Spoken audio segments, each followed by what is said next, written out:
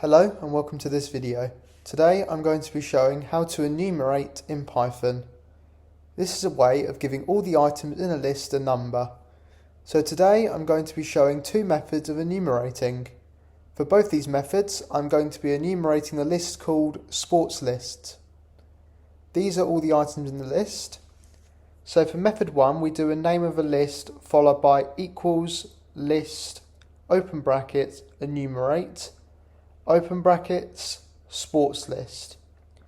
Then you can either close the bracket or do a comma followed by the number that you want the list to start at.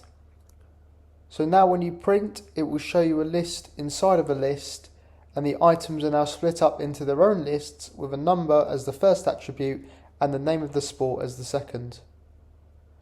Perfect. So now on to the second method.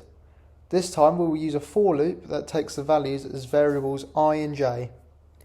For this example I will start the list at 1 instead of the standard 0.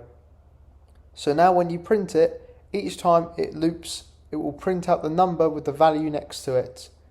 So that is how to enumerate in Python, and I hope you learned something from this video, and I hope to see you soon.